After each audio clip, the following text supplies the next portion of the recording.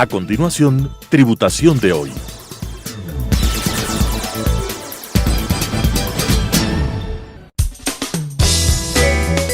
Clasificación A.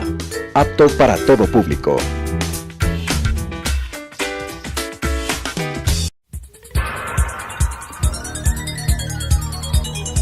Las opiniones vertidas en este espacio por la producción y dirección del programa son de exclusiva responsabilidad de sus autores y de quienes intervienen en ellos.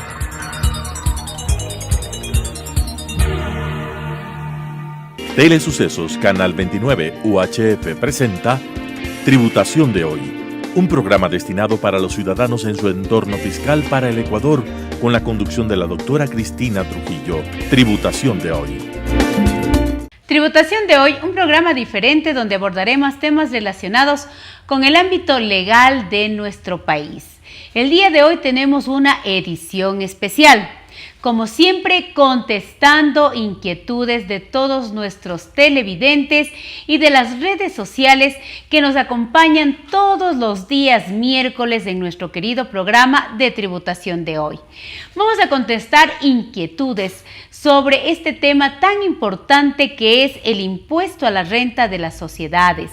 Sabemos que en esta semana tenemos la obligación de comenzar a liquidar el impuesto a la renta a las sociedades que estamos en el régimen general, pero adicionalmente tienen que presentar su declaración de impuesto a la renta de manera informativa a aquellas sociedades que se encuentran en el régimen de las microempresas. Tenemos múltiples inquietudes y preguntas de todos nuestros televidentes y de todas las personas que nos siguen en redes sociales. Antes de nada, quiero mandar un saludo cordial para todas las personas, contadores, financieros, empresarios, microempresarios, que nos dan ese cariño fraterno en nuestro querido programa Tributación de hoy. Vamos a comenzar con las inquietudes desde la ciudad de Quito. Estimada Cristina, estamos por comenzar una obligación tributaria muy importante como es el impuesto a la renta de las sociedades. Impuesto a la renta que lo tenemos que declarar todas las sociedades sujetos pasivos desde este mes de abril. Háblanos un poquito de cómo se debe manejar el esquema tributario de las sociedades que tenemos que liquidar el impuesto a la renta bajo régimen general. Es la pregunta de nuestra querida amiga María José del Carmen de la ciudad de Quito. María José. Cuando estamos en un régimen de impuesto a la renta bajo régimen general, las sociedades tenemos que mirar que nuestro impuesto a la renta tiene que ser calculado sobre una base imponible, la misma que viene de un proceso conciliatorio a través de una herramienta extracontable, pero que se encuentra estipulada en la ley tributaria y su reglamento, que se llama la conciliación tributaria. La misma que va a partir sobre un hecho contable, que es la utilidad o pérdida contable, y se va a tener que sobre este hecho contable, sobre este hecho real, generar todas estas partidas conciliatorias que la norma fiscal las ha determinado bajo diferentes aspectos, como por ejemplo el concepto de gastos no deducibles, que son aquellos gastos que han incumplido con la normativa tributaria vigente para un determinado periodo fiscal, la misma que extracontablemente a estos gastos no deducibles locales o del exterior deben ser sumados a esta utilidad o pérdida contable. Adicionalmente, se debe restar los ingresos exentos que por norma tributaria no pagan impuesto a la renta o los ingresos no objeto. Adicionalmente, si existe una resta de estos ingresos exentos, la normativa tributaria vigente pide que se incluya las autoglosas o esos valores que el propio contribuyente debe autodeterminar como gastos no deducibles relacionados con la renta exenta. Restarse, muy importante, las deducciones especiales, que son estos beneficios fiscales que usted tiene derecho por haber cumplido una condición. No olvidarse, por favor, en este cierre fiscal a sociedades, de hacer su amortización de pérdidas tributarias. Si usted venía perdiendo debiendo tributariamente y tiene hoy una ganancia fiscal, usted tiene un derecho de amortizarse esas pérdidas tributarias hasta el 25% de la ganancia fiscal. Y también algo que es muy importante, como la normativa tributaria acepta los impuestos diferidos, es fundamental, básico, que en este cierre tributario del 2020 se hayan aplicado todas las pruebas financieras, se hayan establecido esos ajustes por aplicación de la norma contable, se hayan determinado correctamente los impuestos diferidos, sobre todo por el tema de las generaciones y recuperaciones. En el momento que usted tiene determinada esa base imponible, esa base práctica para generar el impuesto a la renta causado corriente, usted como sociedad calcule su tarifa de impuesto a la renta que le corresponde como sociedad bajo régimen general, tomando en consideración el concepto de ingreso, costo y gasto, y determine la tarifa impositiva establecida en el artículo 37 de la ley, de tal manera que usted pueda liquidar y pagar a tiempo sus impuestos. Estamos a la espera de que el formulario 101 se actualice y usted declare de la manera adecuada, declare a tiempo y que no tengamos ningún inconveniente y que podamos enviar y también pedirle a las autoridades de control tributario que tengamos todas las facilidades para que este formulario pueda ser llenado y podamos cumplir con esta obligación tributaria tan importante, sobre todo para las sociedades. Otra de las preguntas que nos hace Carlos Fernández de la ciudad de Guayaquil es sobre las microempresas, de las sociedades microempresas, si es obligatorio presentar el formulario 101. Carlos, la respuesta es sí.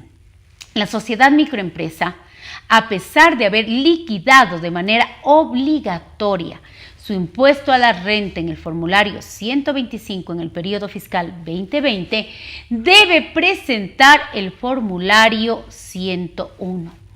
Me preguntaban si esto implica un doble pago y la respuesta es no.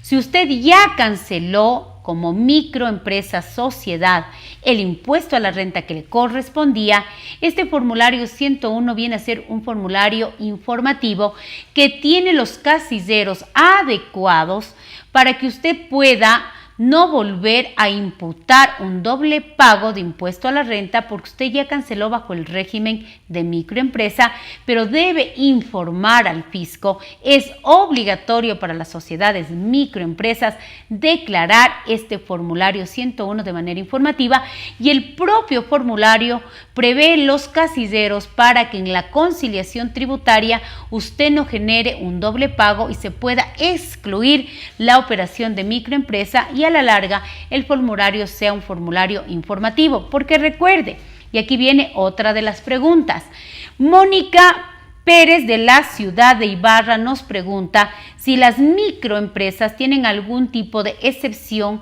para el cálculo y pago de los trabajadores. En nuestro programa de la semana anterior con la experta María Inés de Vargas, ella nos aclaraba que el cálculo de los trabajadores, mi estimada, en su pregunta, es un cálculo que no se rige a ningún régimen ni general ni microempresas porque es un cálculo laboral, es una obligación constitucional.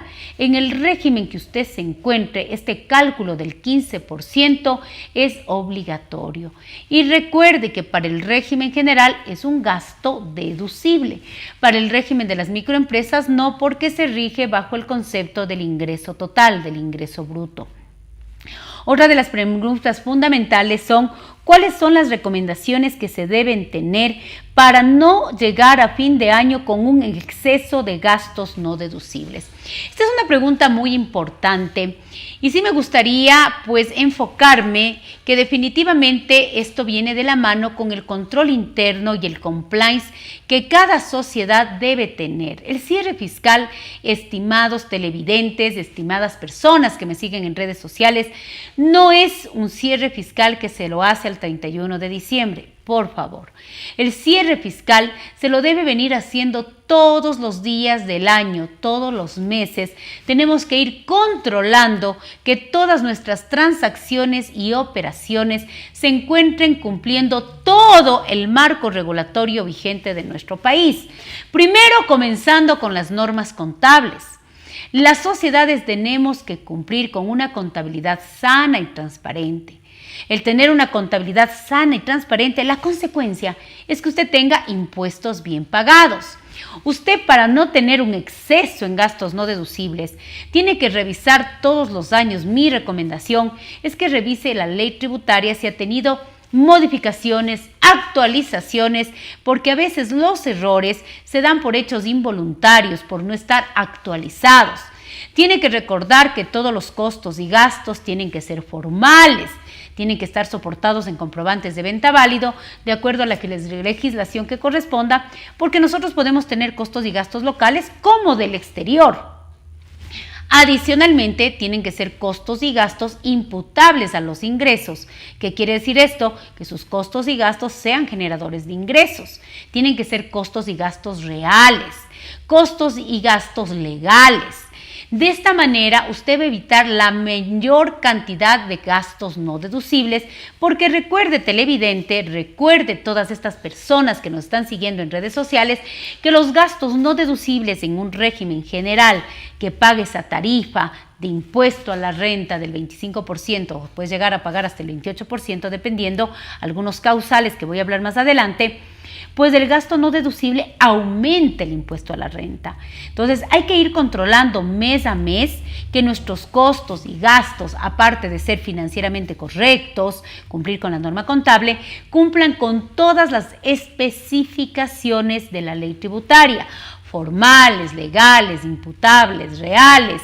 Y obviamente revisar cada uno de estos artículos que la ley y el reglamento prevé para que usted al final del ejercicio pues tenga la menor cantidad de gastos no deducibles y pague un impuesto a la renta causado corriente de una manera justa, de una manera correcta, pero sobre todo pues cumpla con las disposiciones legales. Cristina, ¿cuál sería la recomendación para que en el gasto de nómina todo el gasto sea deducible? Nos pregunta Juan Carlos Brito de la ciudad de Cuenca. Juan Carlos, primero un hermoso y cálido saludo a Cuenca, esa ciudad tan hermosa, en donde hay gente muy, pero muy, yo diría, cariñosa y que siempre está pues a la expectativa de las capacitaciones fiscales y sobre todo de nuestro querido programa Tributación de Hoy, que estamos en edición especial. ¿Por qué estamos en edición especial? Porque ya comenzamos a declarar el impuesto a la renta a las sociedades y hay que hacerlo de manera correcta. Juan Carlos Brito de la ciudad de Cuenca contestando inquietudes en nuestro programa especial.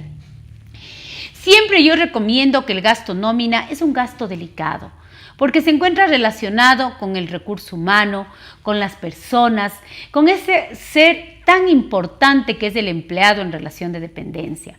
Aparte de cumplir con todo el marco regulatorio en el ámbito laboral y social, la parte tributaria es fundamental. La norma tributaria establece, mi estimado Juan Carlos Brito de la ciudad de Cuenca, que para que el gasto nómina sea deducible, usted tiene que aportar al IES el 100% de lo que se considera remuneraciones normales y pecuniarias hasta la fecha de la declaración del contribuyente. No se olvide que aparte de evitarse el riesgo laboral y social, la aportación al IES sobre los ingresos normales y pecuniarios hace que sean deducibles de impuesto a la renta. En lo relacionado con el 13º y cuarto sueldo, que se le conoce como remuneraciones adicionales, para que sean deducibles deben cumplir estrictamente con lo que establece el Código del Trabajo. Y en la última parte del gasto nómina, que son los beneficios de orden social, las prestaciones sociales o las exenciones al IES, la norma tributaria pide que se cumpla con lo que establece las normas laborales y las normas de seguridad social para que se acepte la deducibilidad. Mi recomendación, antes de por favor cerrar sus balances, preparar esa conciliación tributaria, ese impuesto a la renta, ese formulario 101, hacer una prueba de nómina en el aspecto tributario, una lecturita del artículo 10, numeral 9 de la ley y 28, numeral 1 del reglamento le va a quedar perfecto para que usted pueda preparar un impuesto a la renta y si existe algún gasto no deducible, lo pueda conciliar en ese formulario 101, en esa conciliación tributaria y se evite riesgos tributarios innecesarios. Y es mejor que lo determine usted que la autoridad de control por el recargo del 20% establecido en el Código Tributario. Sigamos, Cristina, recomendaciones en pagos al exterior. Nos pregunta Mónica Andrade de la ciudad de Machala. Siempre existen dudas y riesgos en los pagos que se hacen al exterior. Sí, la verdad es que los pagos al exterior, los gastos que se hacen al exterior, siempre son gastos importantes y la parte fundamental es que conozcamos de manera general qué nos va a evitar en todo un ejercicio fiscal que tengamos gastos no deducibles y sobre todo al final del ejercicio poder no considerarlos a todos como un gasto que se pueda restar para efectos fiscales. Lo primero que tiene que saber que todo pago en general, sea local o del exterior, tiene que cumplir con el principio de la formalidad, con el principio de la imputabilidad, es decir, facturas, comprobantes de venta válidos, que me generen ingresos, pero también lo más importante, que la regla general del artículo 13 de la Ley Tributaria y del artículo 30 y 31 del Reglamento Fiscal, es que debe cumplirse con la retención en la fuente, que es una retención alta, porque es equivalente a la tarifa de sociedad, el 25%, o en el caso de hacer un pago a paraísos fiscales o de menor imposición, el 35%. Sin embargo, existen ciertos pagos en que la norma permite que sean deducibles y que no se haga la retención, como por ejemplo la importación de bienes. En la importación de bienes no se hace la retención en la fuente, pero usted tiene que cumplir con otros impuestos relacionados con los tributos de comercio exterior. Me preguntaban sobre pagos al exterior por importación de servicios. Es importantísima la retención en la fuente. Pero si existen convenios para evitar la doble imposición, usted los puede aplicar, pero cumpliendo con todas las formalidades que se deben para la aplicación de los convenios. Nuestro país, el Ecuador, tiene firmado varios convenios para evitar la doble tributación. Los pagos al exterior son fundamentales porque nuestro país, por chiquito que sea, hacemos operaciones internacionales y queremos que todos nuestros costos y gastos se encuentren totalmente deducibles. Y cuando hacemos un cierre fiscal, sobre todo en pagos al exterior, hay que tener mucho cuidado con las retenciones en la fuente. Hay varios, puntos importantes que usted tiene que considerar, porque existen diferentes tipos de pagos al exterior por importaciones de bienes, importaciones de servicios, pagos por asistencias técnicas, regalías, endeudamiento por créditos externos. También recuerde que en el tema de créditos externos es muy importante que usted sepa todas las formalidades que tiene que cumplir cuando se endeuda con el sistema financiero internacional o cuando se endeuda también por créditos con terceros, que es el famoso crédito a mutuo o con partes relacionadas. Siempre cuando hay una deuda con partes relacionadas local o del exterior, aparte de cumplir con todas las formalidades que establece la ley tributaria, existe el control de la deducibilidad por el hecho de estar hablando con las partes relacionadas, y la Ley de Simplicidad y Progresividad Tributaria trajo una importante reforma que se aplica a partir del periodo fiscal 2020. Siguiendo contestando inquietudes, tenemos la pregunta de Rodrigo Pérez de la ciudad de Ambato. Rodrigo Pérez nos pregunta: Cristina, ¿cuál va a ser el tratamiento de la provisión de jubilación patronal y desahucio en el periodo fiscal 2020? Y si puedo hablar sobre el tratamiento de la jubilación patronal y desahucio para el 2021. Esta pregunta es muy importante.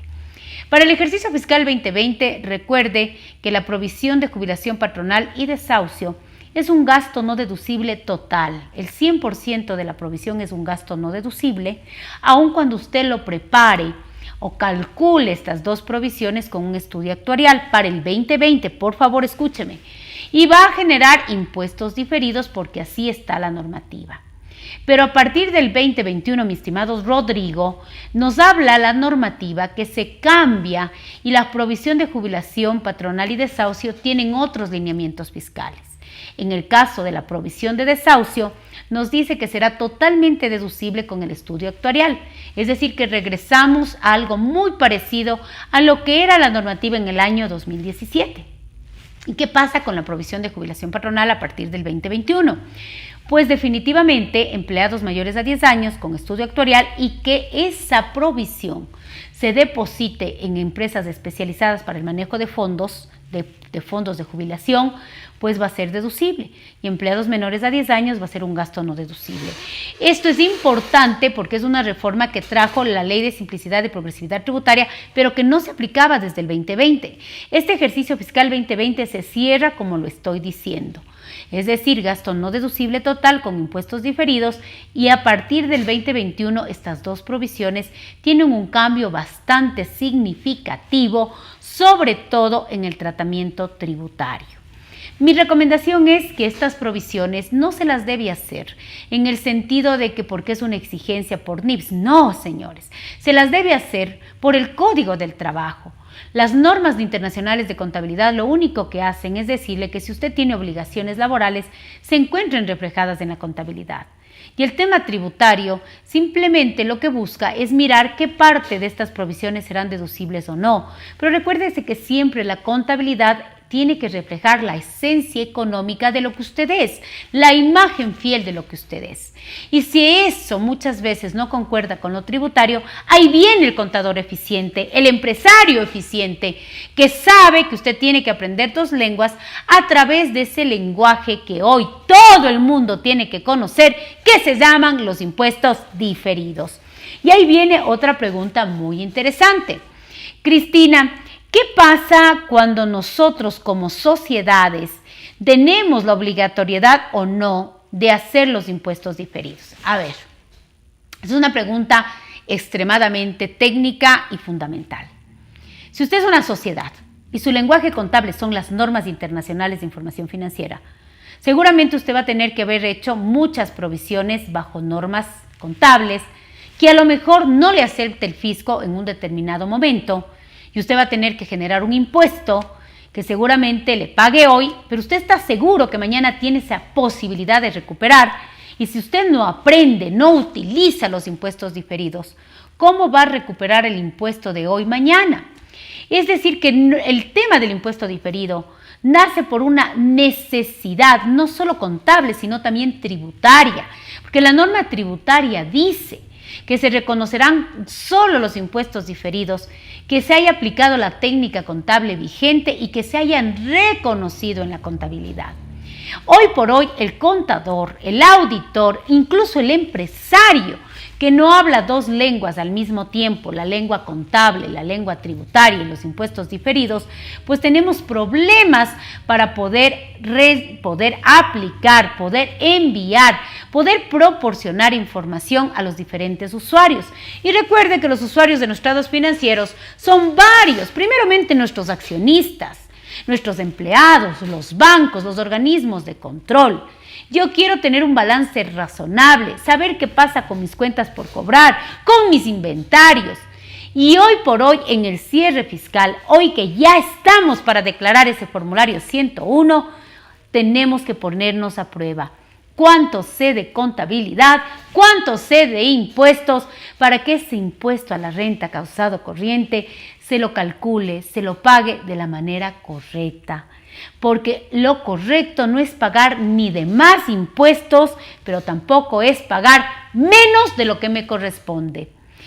Otra de las preguntas importantes que me dicen, Cristina, es ¿qué pasa con el tema del gasto de depreciación?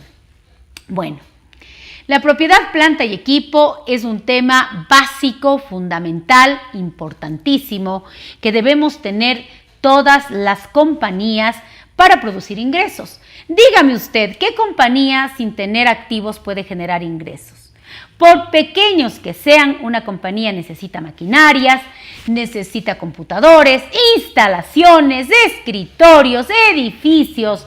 Los activos fijos son necesarios, son inversiones generadoras de efectivo. La depreciación tiene que hacerse por norma contable y al final de cada ejercicio mirar si esa depreciación se encuentra dentro de los límites de deducibilidad establecidos en la ley fiscal, en el artículo 10, numeral 7 de la ley y 28, numeral 1 del reglamento, 28, numeral 6 del reglamento fiscal. Cuando a mí me preguntan cómo se deprecia un edificio, yo tengo que pensar en la vida útil, en la técnica contable, en la naturaleza del bien y seguramente será 50, 60, 70 años. Luego tengo que comparar con lo que pide la norma tributaria, mirar si estoy dentro de su límite de deducibilidad. Si estoy en buena hora, el gasto será deducible y si no lo estoy, tendré que sacar un gasto no deducible. La depreciación de los bienes es realidad económica, pero muchas veces puede ser que esa realidad económica no coincida con lo que establece la norma tributaria y tendré que hacer mi conciliación. Tendré que determinar mi gasto no deducible. Tendré que generar ese pago del impuesto porque eso es vivir con dos realidades al mismo tiempo. Para eso vienen la conciliación tributaria y la aplicación de los impuestos diferidos. ¿Por qué? Porque mi balance, ojo, es un balance NIPS, es un balance real, pero es un balance que tiene que cumplir con dos universos. Son algunas de las preguntas importantes que me han hecho en esta edición especial sobre el cierre tributario para las sociedades bajo régimen general que estamos listos para declarar. Comenzamos con los contribuyentes especiales este 9 de abril y espero de corazón que le haga de la mejor manera posible, aplicando todo el marco regulatorio en la parte contable, en la parte financiera, en la parte tributaria, que ese 101 vaya totalmente respaldado con toda la normativa vigente, porque pagar correctamente los impuestos no es pagar ni de más ni en menos, es el pago justo. Como siempre, el tiempo en televisión se nos pasa volando. Para mí ha sido un gusto el día de hoy hacer esta edición especialísima sobre el cierre fiscal y las recomendaciones para las sociedades que vamos a pagar nuestro impuesto a la renta en este mes de abril. Soy Cristina Trujillo de su querido programa Tributación de Hoy y nos volveremos a ver la próxima semana con un entrevistado de lujo, una sorpresa que usted no lo va a poder creer. Nos volvemos a ver hasta la próxima semana. Las opiniones vertidas en este espacio por la producción y dirección del programa son de exclusiva responsabilidad de sus autores y de quienes intervienen en ellos.